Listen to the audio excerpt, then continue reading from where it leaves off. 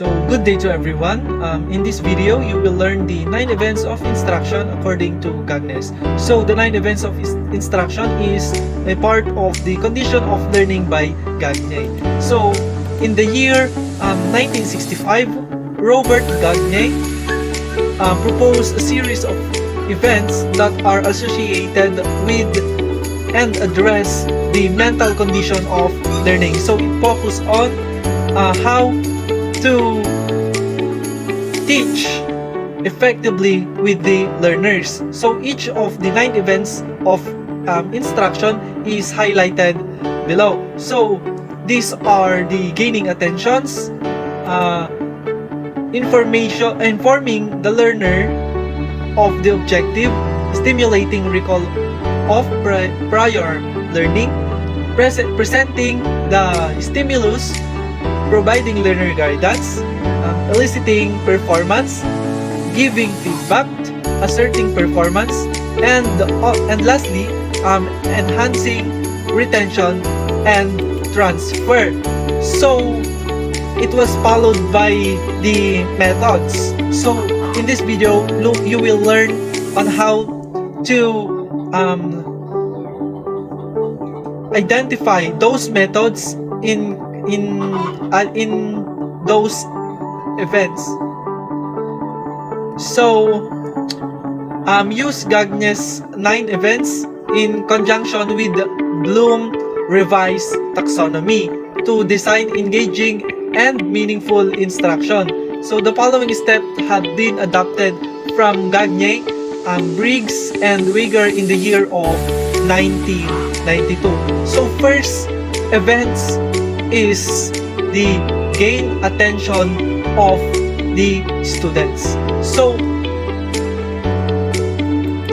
we use this event to ensure the learners are ready to learn and participate in activities by presenting the stimulus gain attention. So, and how is that?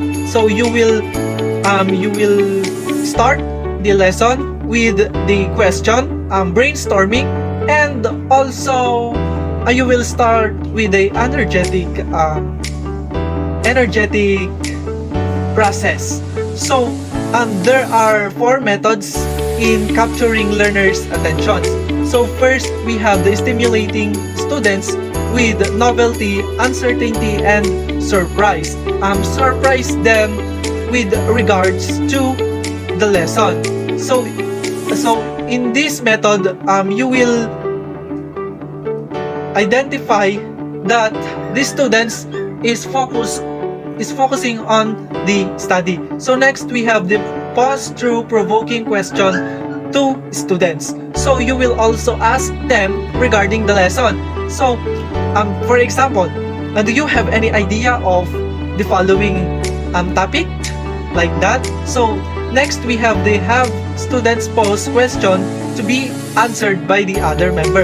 And then when the students answer your question, so think another question or follow-up question to be answered by the another students. So last, we have the lead a nice breaking activity. So icebreaker meaning pwede kang magpa-games dito. You will think a games that can catch their attentions. It also requires an energetic voice so that you and your students will catch their attentions. So next, we have the gaining. We have the informing. So next, we have the informing the learner of the objectives. So why we need to inform students with the learning outcomes of the lesson? So it is to help them, or in order for them to help to understand what they are learned during the course. So we need to give first the objective in order to know the role of the students, of what they are going to study, of what they are going to focus, and what will be their role at the end of the lesson. So, it will provide objective before instruction begin. So you will need to give the objective of the lesson before starting any instruction or before instructing them of what they are going to do. So there are also 4 methods for stating outcomes. So first we have the described learning performance. So i-describe mo muna yung learning performance, yung required performance in order for them to think and to focus on that performance. So next we have the described criteria for standard performance. So ano nga ba yung pinipinpoint ng lesson na to? So dito sa objective na sinasabi natin, ito yung ang pinaka-focus ng lesson. Kung walang objective, walang lesson. May lesson, but their minds is nagkakaroon ng iba't ibang idea, but they are not focused on the same idea. So kung yung isang estudyante walang hindi ka nagbigay ng objective, pagkakaroon niya ng pag-iisip na yung lesson na yon is iba yung pinipinpoint sa ibang lesson. So next we have learners establish criteria for standard performance. So you need to establish criteria. So in that criteria, students will identify and know what will be the center of that lesson. So alam nila yung pagkakasunod-sunod or yung tinatawag nating stipulation of that lesson. So you will also need to include the course objective. So at the very start of the class, you will discuss the course objective, and that objective may use to identifying the objective on the learning prompts. So we need to make a learning objective in order for us to easily understand their lesson. So because we have the guidelines to follow in teaching or in listening the particular lesson. So next events is that stimulating recall or prior learning.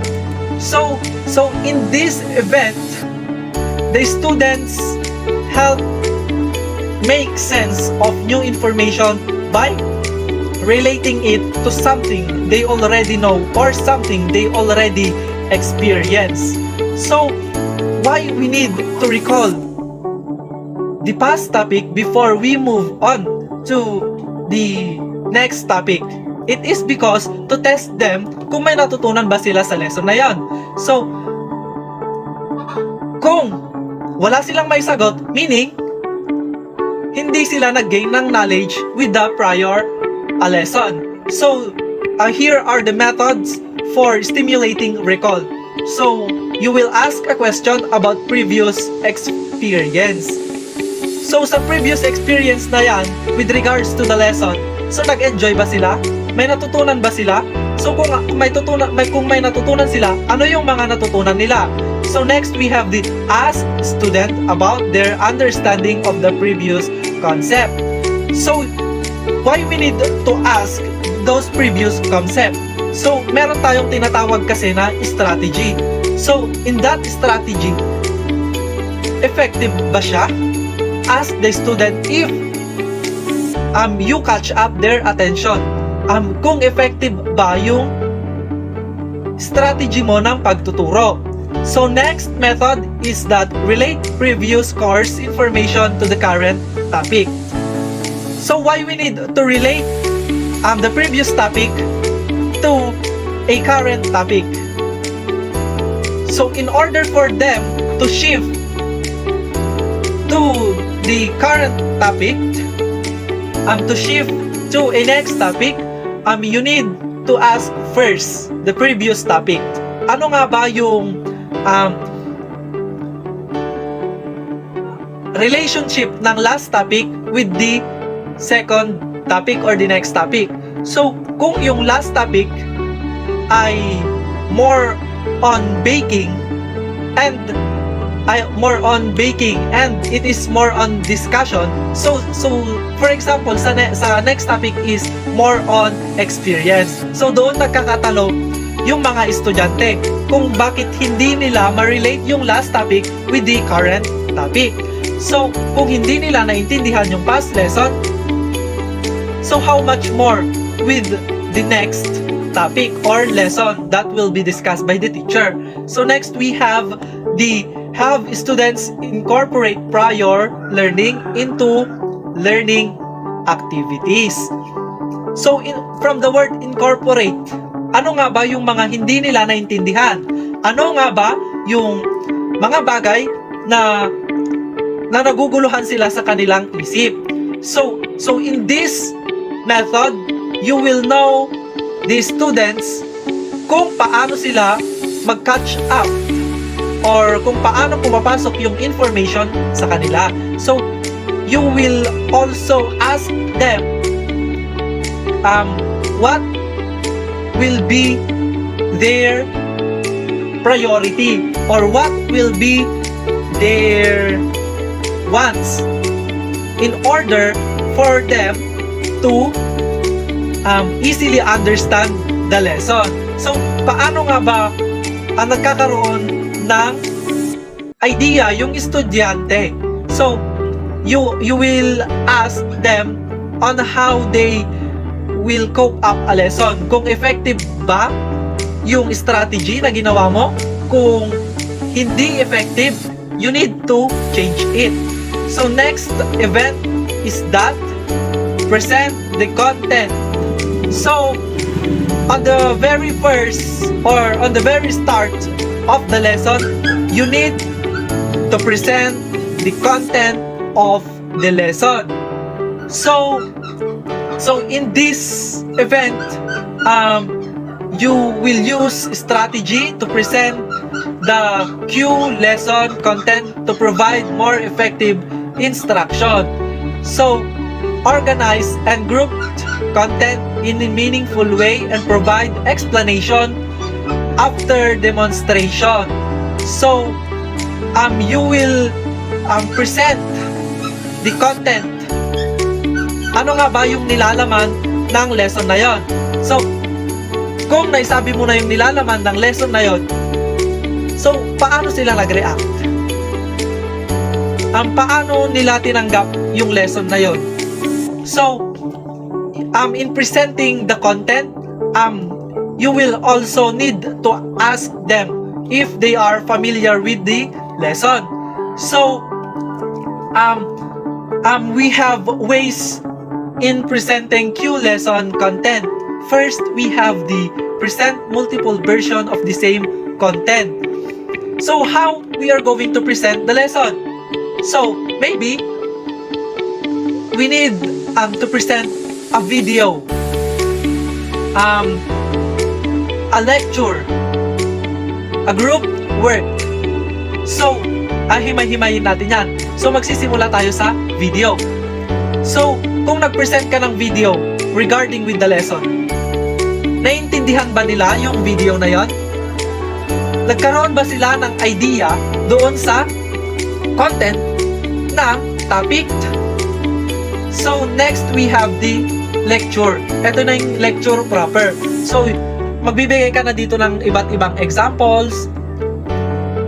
Cite some experience to teach them with the particular lesson. So based on the study, mas nagkakaroon ng idea or mas naiintindihan ng estudyante kung ang lesson ay nakarelate doon sa kanilang experience.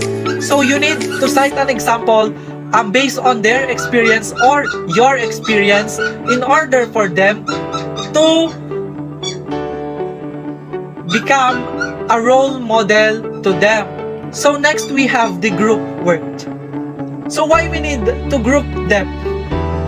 So in order for them to share ideas with each other, to discuss what will be their understanding with the particular lesson. So, yung isang estudyante, nag-share ng kanyang knowledge or yung pagkakaintindi niya sa lesson. So, yung yung kasama niya, magigain din ng knowledge yan. So that, we need to group them to present or have their work. So next we have the used a variety of media to engage students in learning. So use variety of media. So we are going to use PowerPoint presentation,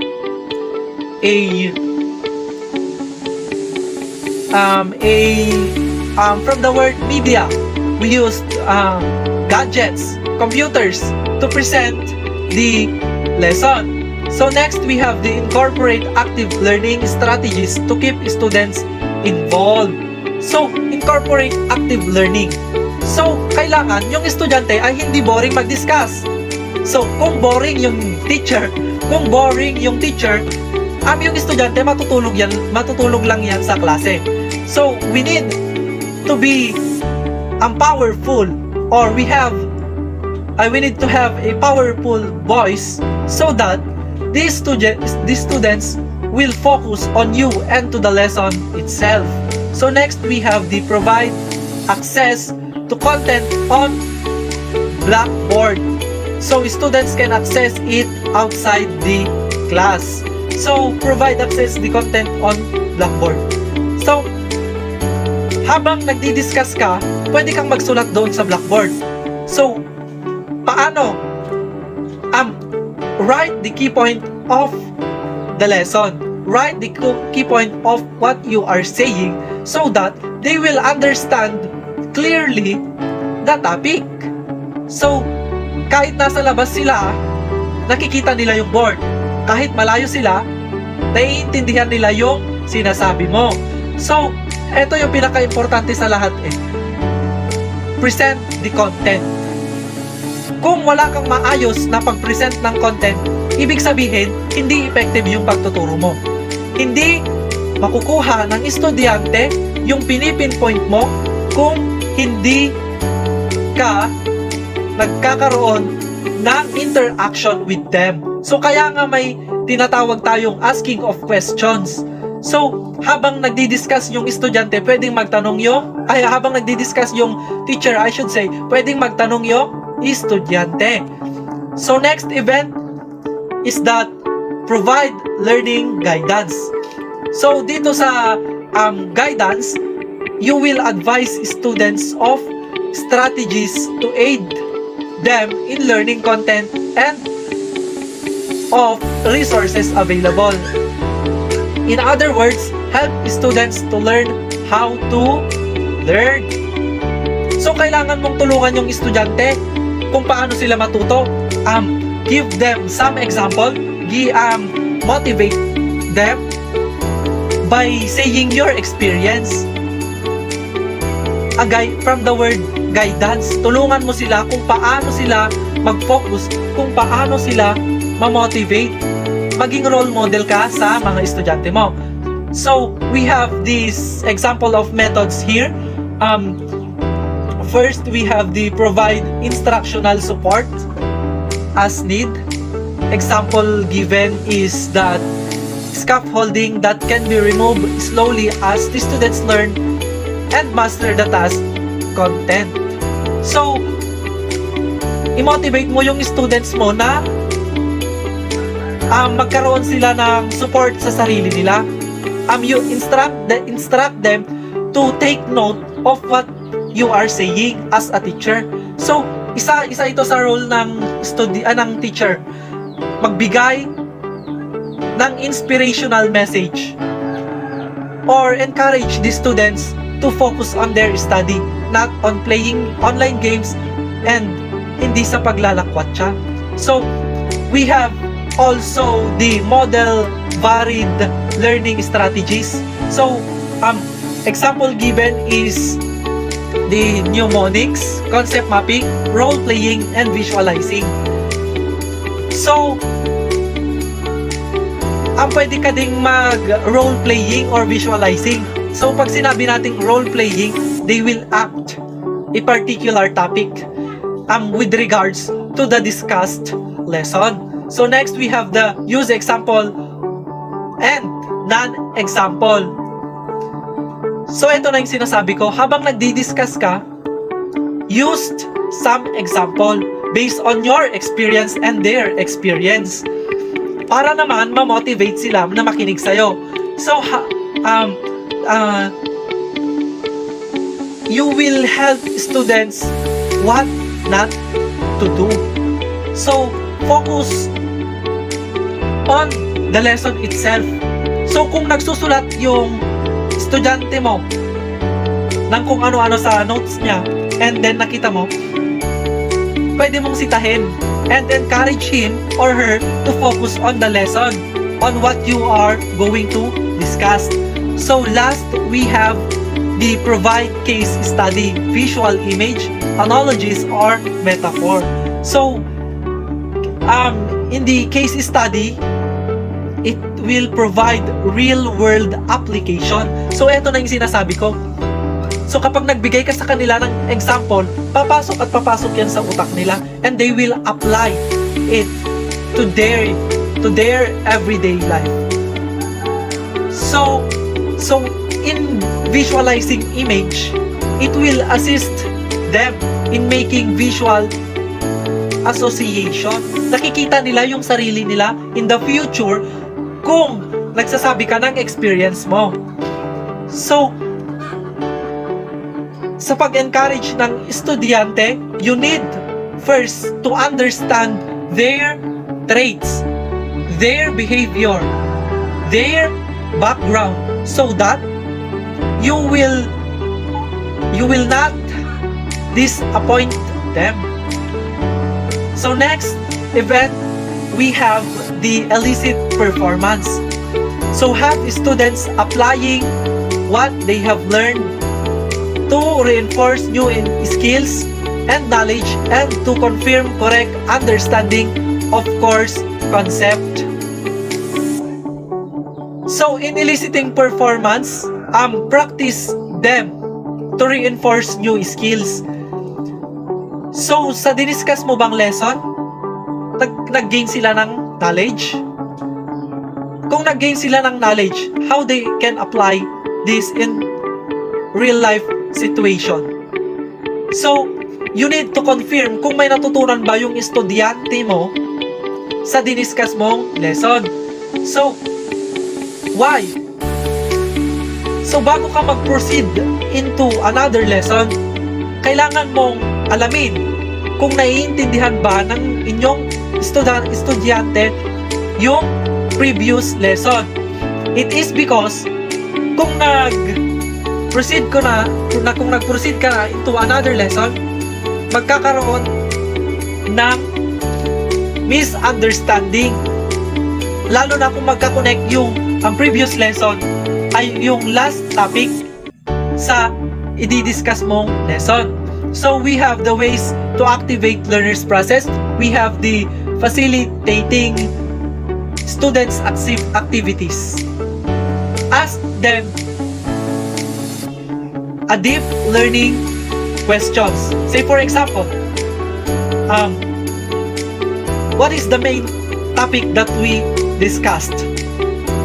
So how that topic will affect your life and how you will use that topic, or how can that topic affect your life. So yan yung mga example ng questions. So provide formative assessment opportunities. So magbigay ka na ngayon ng assignment. kung pagkatapos mo sila tanungin kung naintindihan ba nila yung lesson, so magbigay ka na ngayon ng assignment or written works. So as individual. So kung yung individual na yon hindi effective yung pagtuturo mo or mababa yung score nila, try to group them and make a presentation on that lesson. Nang sa ganon, magkaroon sila ng idea, magkaroon sila ng sharing of ideas with each other. Para naman yung nalalaman ng isa, yung pagkakaintindi ng isa, may pasa sa isang estudyante. So next, number 7 event is that provide feedback. Provide timely feedback of students' performance to assess and facilitate learning and to allow students to identify gaps in understanding before too late. Providing feedback. Dito ka na magbibigay ng iyong feedback. Kung naintindihan ba ng estudyante yung lesson. So sa pamamagitan ng illicit performance, magkakaroon ka ngayon ng feedback sa isipan mo. So based on the result of the formative assessment that you have given to them, you will know kung ilan sa kanila ang nakaintindi. Kung naintindihan ba nila ng maayos yung lesson. So in giving feedback, there are 4 types. We have the confirmatory feedback. I-confirm mo kung naintindihan ba nila yung lesson na diniscuss mo. So this type of feedback does not tell the students what she need to improve. Hindi dito nakikita kung anong i-improve ng estudyante. So, sa confirmation feedback na yan, tatanungin mo lang kung naintindihan ba niya yung lesson, kung naintindihan niya ba yung pinagsasabi mo sa kanila. So as a next type of feedback is the evaluative.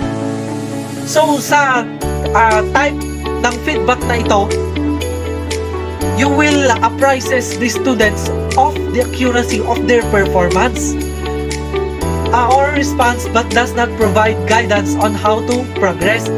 So sa evaluative feedback na ito, dito na nila malalaman kung ano yung assessment mo sa kanila, kung naintindihan ba nila yung lesson or not. So kung hindi nila naintindihan yung lesson na diniscuss mo, and you sure ka na hindi na iilan lamang sa kanila yung nakaintindi sa lesson na iyon, dito na pumapasok yung tinatawag nating remedial feedback. So sa remedial feedback na yan, magkakaroon ka na ngayon ng another test, another assessment, so that they will provide the correct answer. So, kailangan nilang aralin ulit yung lesson na yon, yung buong lesson na yon, yung objective ng lesson na yon, sapagkat sa remedial feedback, dito muna maa-assess kung nag-aral ba sila, kung pinag-aralan ba nila ulit yung lesson na yon. So, kapag nagkaroon na ng feedback sa remedial, and then alam mo na yung result niyan, dyan na pumapasok yung descriptive feedback. So, sa descriptive feedback nito, it will provide the students with suggestions, their directives, and information to help them to improve their performance.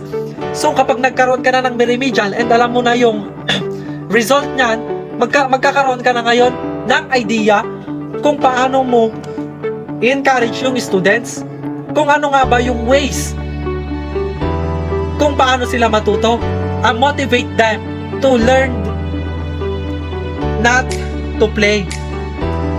So next, we have the last types of feedback is the peer evaluation or the self-evaluation. So, in this type, it helps learners to identify learning gap and performance shortcoming in their own and their peers' work. So next we have the assessment performance event. So in this event, test whether the expected learning outcomes have been achieved on previously stated course objective. So dito mo na malalaman yung kung na-meet ba nila yung learning outcomes mo, kung naiintindihan ba nila yung lesson, kung doon ba sila nag-focus or sa ibang bagay. So there are methods in testing if the students learned the learning objective or naisaulo ba nila yung objective na yon, nai-apply ba nila yung objective na yon. So next first we have the administer pre or post test to check the progression of the competency in content or skills. We have also the embed formative assessment. So magkaka-connect lang ito yung